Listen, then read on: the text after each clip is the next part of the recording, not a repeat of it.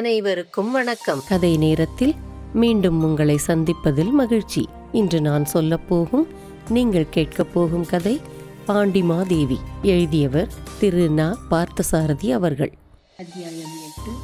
நாராயணன் சேந்தன். குதிரை பாய்ந்தோடுவதற்காக முன்கால்களை தூக்கியை மறிக்க வந்த மூவரில் ஒருவன் அடிபட்டு தடுமாறி கீழே உருண்டான். நல்ல வேளையாக மற்ற 2 பேர்களும் ஒதுங்கி நின்று கொண்டு வழியை விட்டுவிட்டார்கள். இல்லையானால் அவர்களுக்கும் மற்றவனுக்கும் நேர்ந்த கதிதான் நேர்ந்திருக்கும்.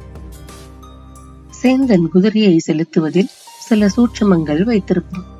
இம்மாதிரி அபாயகரமான சந்தர்ப்பங்களில் குதிரையை வாயு வேகமாக பறக்கச் செய்யும் தந்திரம் அவனுக்கா தெரியாது? தான் அவ்வாறு விரைவாக குதிரையை செலுத்திக் கொண்டு ஓடி வந்த போது அந்த 3 சிவப்பு தலைப்பாகை அணிந்த வீரர்களும் பின்னால் துரத்தி கொண்டு ஓடி வருகிறார்களா இல்லையா என்பதை கூட நாராயணன் சேந்தன் திரும்பி கவனிக்க முடியவில்லை. அங்கே குதிரையை முடுக்கின முடுக்கில் புறத்தாய நாட்டு கோட்டையின் தென்மேற்கு மூலையில் உள்ள ஏரியின் கரையில் போய்த்தான் நிறுத்தினான். பிரதான வாசல் வழியாக கோட்டைக்குள் நுழைந்து சென்றால் தன் வரவை பலரும் தெரிந்து கொள்ளும்படி ஆகிவிடும் என்று அவன் பயந்தான். ஏரிக்கரையில் குதிரையை நிறுத்திவிட்டு கோட்டைக்குள் எப்படி நுழைவதென்று இங்கே நின்று சிந்தித்தான். அவன் மனதில் குழப்பமும் அதிர்ச்சியும் மாறி மாறி தோன்றின.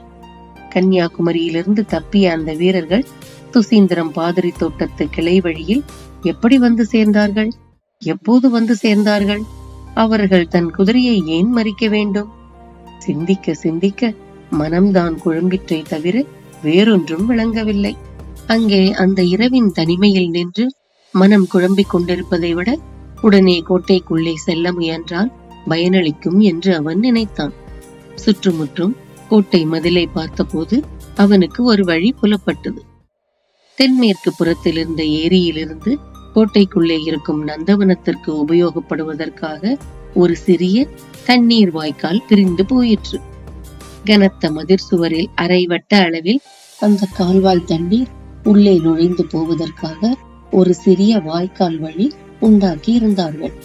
தன்னை போன்ற குட்டை மனிதன் நுழைவதற்கே உயரமும் அகலமும் போதாது போல் தோன்றிய அந்த கால்வாய் வழியில் நீரோட்டத்தின் வேகத்தையும் சமாளித்துக் கொண்டு எப்படி உள்ளே நுழைவதென்று மலைத்தான் அவன். அப்போது மிக அருகில் ஆட்கள் ஓடி வரும் காலடி ஓசை கேட்டது. அவன் மனதில் பலவிதமான சந்தேகங்கள் எழுந்தன. ஒருவேளை பாதிரி தோட்டத்து கிளை வழியில் தன்னிடம் வம்பு செய்த அந்த முரடர்களாக இருக்குமோ என்று நினைத்துக் கொண்டே திரும்பி பார்த்தான். அவனுடைய சந்தேகம் சரியாகவே இருந்தது. கிளை வழி சாலை ஏரிக்கரையை அடையும் திருப்பத்தில் நிலா ஒளியில் அவர்கள் வெகு வேகமாக ஓடி வந்து கொண்டிருப்பதை அவன் கண்டான். அவர்களுடைய சிவப்பு தலைப்பாகைகள் நன்றாக அடையாளம் தெரிந்தன. நாராயணன் சேந்தனுக்கு யோசிக்க நேரமில்லை. குபீர் என்று கால்வாயில் குதித்தான். மார்பளவு தண்ணீர் திமுதிமுவென்று உட்புறம் பாய்ந்து கொண்டிருந்தது. உள்ளே நந்தவனம் இருந்த பகுதி வெளிப்புறத்தை விட சிறிது பள்ளமாக இருக்க வேண்டும். இல்லையானால் வெள்ளம் இழுத்து கொண்டு போவது போல் அப்படி ஆளை இழுத்து பறிக்குமா? நிமிர்ந்தால் தலைமேலே மதிர் சுவரின் அடிப்பாகம் இடித்தது. 2 விலாப்புறமும் பக்க சுவர்கள் உரசின. பருத்த தேகத்தை உடைய அவனுக்கு மூச்சு திணறியது. விழிகள் பிதுங்கின. ஐயோ, மறுபுறம் போய் கரையேறுவதற்குள் மூச்சு திணறி செத்து போய் விடுவேன் போலிருக்கிறதே. இந்த பாழாய் போன கால்வாய் வழியாக உள்ளே போக வேண்டும் என்ற ஆசை எனக்கு ஏன்தான் உண்டாயிற்றோ? இடைவழியிலேயே இந்த இருண்ட கால்வாய்க்குள் நம்முடைய உடல் சொருகி சிக்கிக் கொண்டாலும் ஏனென்று கேட்பார் இல்லையே என்று தனக்குள் எண்ணி துணுக்குற்றான் அவன். வேகமாக உள்நோக்கி பாயும் நீரோட்டம் ஓரிடத்திலும் பாதங்களை ஊன்றி நிற்க விடாமல் அவனை இழுத்து தள்ளி கொண்டு போயிற்று. நாராயணன் சேந்தன் மதிலின் உட்புறம் நந்தவனத்தில் வந்து கரையேறிய அதே சமயத்தில் வெளிப்புறம் கால்வாய் தொடங்கும் இடத்தில் திடும் திடும் என்று தண்ணீரில் ஆட்கள் குதிக்கின்ற ஓசை உட்புறமிருந்த அவனுக்கு தெளிவாக கேட்டது. தன்னை துரத்தி கொண்டு வந்தவர்கள்தான் குதித்திருக்க வேண்டும் என்று அவனுக்கு தோன்றியது. அவன் உடனே நந்தவனத்தில் இருந்த ஒரு பெரிய மரத்தில் ஏறி உட்கார்ந்து கொண்டான். அது ஒரு மகிழ மரம். அதில் அவன் உட்கார்ந்து கொண்டிருந்த கிளை அரண்மனை நிலாமுற்றத்தை தொடுவது போல் நெருக்கமாக படர்ந்திருந்தது. அந்த கிளையில் அமர்ந்த கால்வாயை இமைக்காமல் பார்த்து கொண்டிருந்தான். அதன் வழியே தன்னை பின்தொடர்ந்து வந்து குதித்த மனிதர்களின் வரவை எதிர்பார்த்து அந்த திசையை நோக்கி இமையாமல் காத்திருந்தன அவன் விழிகள். அந்த நடு இரவில் நிலா முற்றத்தில் பாட்டொலியும் நடன ஒலியும் கேட்பதை அவன் செவிகள் கூர்ந்து கவனித்தன. மேலே நிலா முற்றத்தில் மகாராணியாரும் வேறு சிலரும் அமர்ந்து கொண்டு ஆடல் பாடலை அனுபவிக்கிறார்கள் என்பதை அங்கிருந்து வந்த குரல்களால் அவன் தெரிந்து கொண்டான். மதிலோரமாக கால்வாயிலிருந்து உட்புறம் பிரவேசிக்கும் வழியில் நிழல் போல் உருவங்கள் ஆடின. நீர்ப்பரப்பில் காலடி பெயர்த்து வைக்கும் ஓசை கேட்டது. தான் மகிழ்மரக் கிளையில் உட்கார்ந்திருப்பது உள்ளே வரும் அவர்களுக்கு தெரிந்து விடாத வண்ணம் கிளைகளின் அடர்த்தியில் தன்னை மறைத்துக் கொண்டான் நாராயணன் சேந்தன். சிவப்பு தலைப்பாகைகள் கால்வாய் துவாரத்தின் வழியே நிலா ஒளியில் நன்றாக தெரிந்தன. துணிவு மிகுந்தவனும் ஆபத்துகளை சாதாரண விளையாட்டாக வரவேற்கும் இயல்புடையவனாகிய நாராயணன் சேந்தனுடைய மனதில் ஒரு வினாடி இனம் புரியாத பயத்தின் சாயை படிந்தது. அவர்கள் எதற்காக தன்னை பின்தொடர்ந்து வருகிறார்கள் என்று தன்னால் ஆன மட்டிலும் சிந்தித்து முடிவு செய்ய முயன்றான் அவன். ஆனால் அது அவனால் முடியவில்லை. ஒன்று மட்டும் அவனுக்கு நன்றாக புரிந்துவிட்டது. சிவப்பு தலைப்பாகையோடு கூடிய அந்த 3 முரட்டு ஒற்றர்களும் நல்ல எண்ணத்துடனோ அல்லது நல்ல காரியத்தை செய்வதற்காகவோ தென்பாண்டி நாட்டிற்குள் நுழைந்திருக்க முடியாது என்பதுதான் அது. கன்னியாகுமரி கடற்கரையில் புன்னைமர சோலைக்கருகில் அவர்கள் நீராடி கொண்டிருந்த போது முதலாக பார்த்தவுடனே அவன் மனத்தில் இந்த எண்ணம் உறுதிப்பட்டு விட்டது. பின்னால் கன்னியாகுமரி ஆலயத்தில் நடந்தவை, பாதிரி தோட்டத்து வழியில் மறிக்க முயன்றது ஆகிய நிகழ்ச்சிகளால் நாராயணன் சேந்தன் அந்த முரட்டு சிவப்பு தலைப்பாகை ஆட்களை பற்றி அதிகமாக சிந்திக்க தொடங்கியிருந்தான். இப்போது அவர்கள் தன்னை பின்பற்றி கோட்டைக்குள்ளேயும் நுழைந்து விட்டதை பார்த்த அவனுக்கு உடம்பு புல்லரித்தது. அவனை மேலும் ஆச்சரியத்தில் ஆழ்த்துகிறவர்களைப் போல கால்வாய் வழியாக உட்புறம் வந்து கரையேறிய அந்த மூவரும் அவன் ஏறி உட்கார்ந்திருந்த அதே மகிழ மரத்தை நோக்கி நடந்து வந்தனர். நிலா ஒளி தன்னை அவர்களுக்கு காட்டி கொடுத்து விடக் கூடாதே என்ற திகில் நாராயணன் சேந்தனுக்கு ஏற்பட்டது. நிலா முற்றத்து சுவரின் நிழலும் மகிழ மரத்தின் அடர்த்தியும் அவனுக்கு அபயமளித்தன. மிக அருகில் மரத்தின் அடர்த்தியும் கீழே அம்மூவரும் வந்து நின்ற போது அவனால் அவர்களை நன்றாக பார்ப்பதற்கு முடிந்தது. பீமசேனர்களைப் போல் மூவரும் பருத்த ஆகிருதி உடையவர்கள். ஒருவன் முகத்திலும் கை கால்களிலும் சிராய்ந்து இரத்த காயங்கள் தென்பட்டன. அந்த ஆள் இன்னார் என்று நாராயணன் சேந்தன் தெரிந்து கொண்டு விட்டான். கன்னியாகுமரியில் தளபதி வல்லாளத்தேவனை வழியில் மடக்கி எதிர்த்து அவனிடம் நன்றாக அடிபட்டு பாறை இடுக்கில் விழுந்து மூர்ச்சையடைந்தவனே அவன். கீழே அவர்கள் வந்து நின்ற நிலையும் சுற்றிலும் ஏதோ தேடுகிறவர்களைப் போல அவர்கள் பார்த்த விதமும் மரக்கிளையில் பதுங்கிக் கொண்டிருந்த நாராயணன் சேந்தன் மனதில் சந்தேகத்தை உண்டாக்கின. மகிழ மரத்து பொந்தில் நெருப்பு கங்கு போன்ற விழிகளோடு உட்கார்ந்து கொண்டிருந்த கோட்டான் ஒன்று குரூரமாக கத்தியது. நிலா முற்றத்தில் நிகழ்ந்து கொண்டிருந்த நாட்டிய ஒலியும் இனிய பாடற்குரலும் அந்த கோட்டானின் அலறலில் கலந்து விகாரம் அடைந்தன. நாராயணன் சேந்தன் பாதங்களை மரக்கொழும்பில் அழுத்தி கிளையை பற்றி இருந்த கைகளின் பிடியை இறுக்கினான். அவன் உட்கார்ந்திருந்த கிளை குலுங்கியது. கீழே நின்று கொண்டிருந்தவர்களின் கவனம் ஒரு கணம் அந்த சிறிய சலனத்தால் கவரப்பட்டது. அவர்கள் தங்களுக்குள் ரகசியமாக ஏதோ பேசிக்கொள்ள தொடங்கவே நாராயணன் சேந்தன் மறைந்திருந்தபடியே அவற்றை உற்று கேட்டான். ஏண்டா செம்பியா, இது என்ன வேடிக்கை? இதுவரை ஆடாம அசையாம இருந்த மரக்கிளை ஏன் இப்படி திடீர்னு குலுங்குது? மூவரில் ஒருவன் மற்றொருவனை பார்த்து இப்படி கேட்கவும் மற்ற இருவரும் குறும்புத்தனமாக சிரித்தனர். முத்தரையா, மேல நிலா முத்தத்துலதான் மகாராணியா இருக்கார் போல இருக்கு. தோ இந்த ஒலிகளை கவனிச்சியா என்று முதலில் கேட்டவனுடைய கேள்விக்கு பதில் சொல்லாமலே வேறொரு கேள்வியை எழுப்பினான் இன்னொருவன். இரும்புற, அப்படின்னா நம்மோட முயற்சி இங்க தொடர்ந்து செஞ்சா என்ன? நமக்கு முன்னால குதிரையில வந்த அந்த குட்டத்தடியும் கூட இங்கேயாவது இருப்பான். கன்னியாகுமரி கோவில்ல நிறைவேறாத நமது எண்ணம் இங்க நிறைவேறினாலும் நிறைவேறலாம். இந்த மகிழ மரத்து கிளை வழியாவே நம்ம நிலாமுத்தத்துல ஏறி குதிக்க முடியும்னு தோணுது.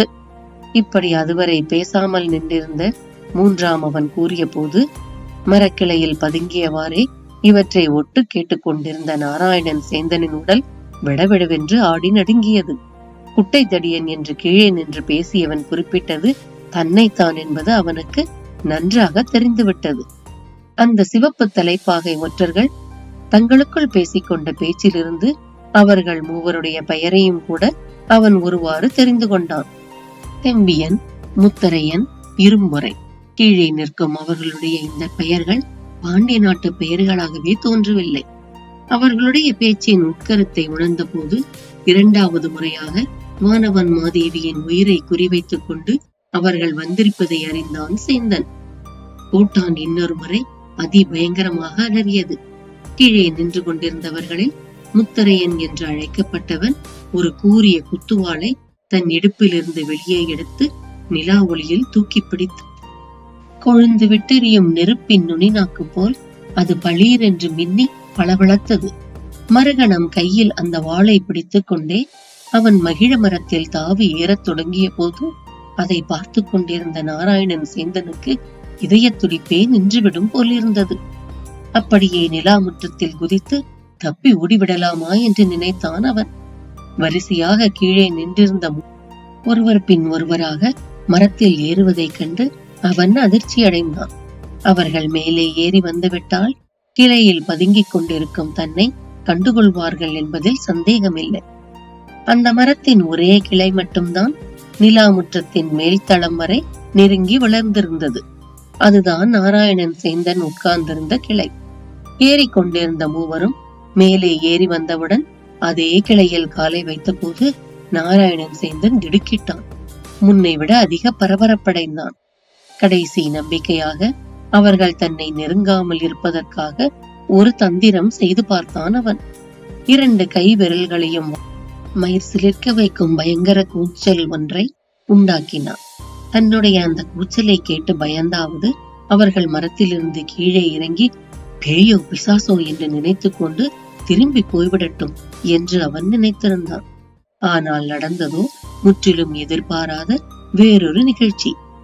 அந்த கூப்பாட்டினால் அதிர்ச்சி அடைந்த 3 ஒற்றர்களும் கிளை நுனிக்கு வேகமாக ஓடி வந்து நிற்கவே சுமை அதிகமாகி நாராயணன் சேந்தன் உட்கார்ந்து கொண்டிருந்த அந்த கிளை மடமடவென்று முறிந்தது.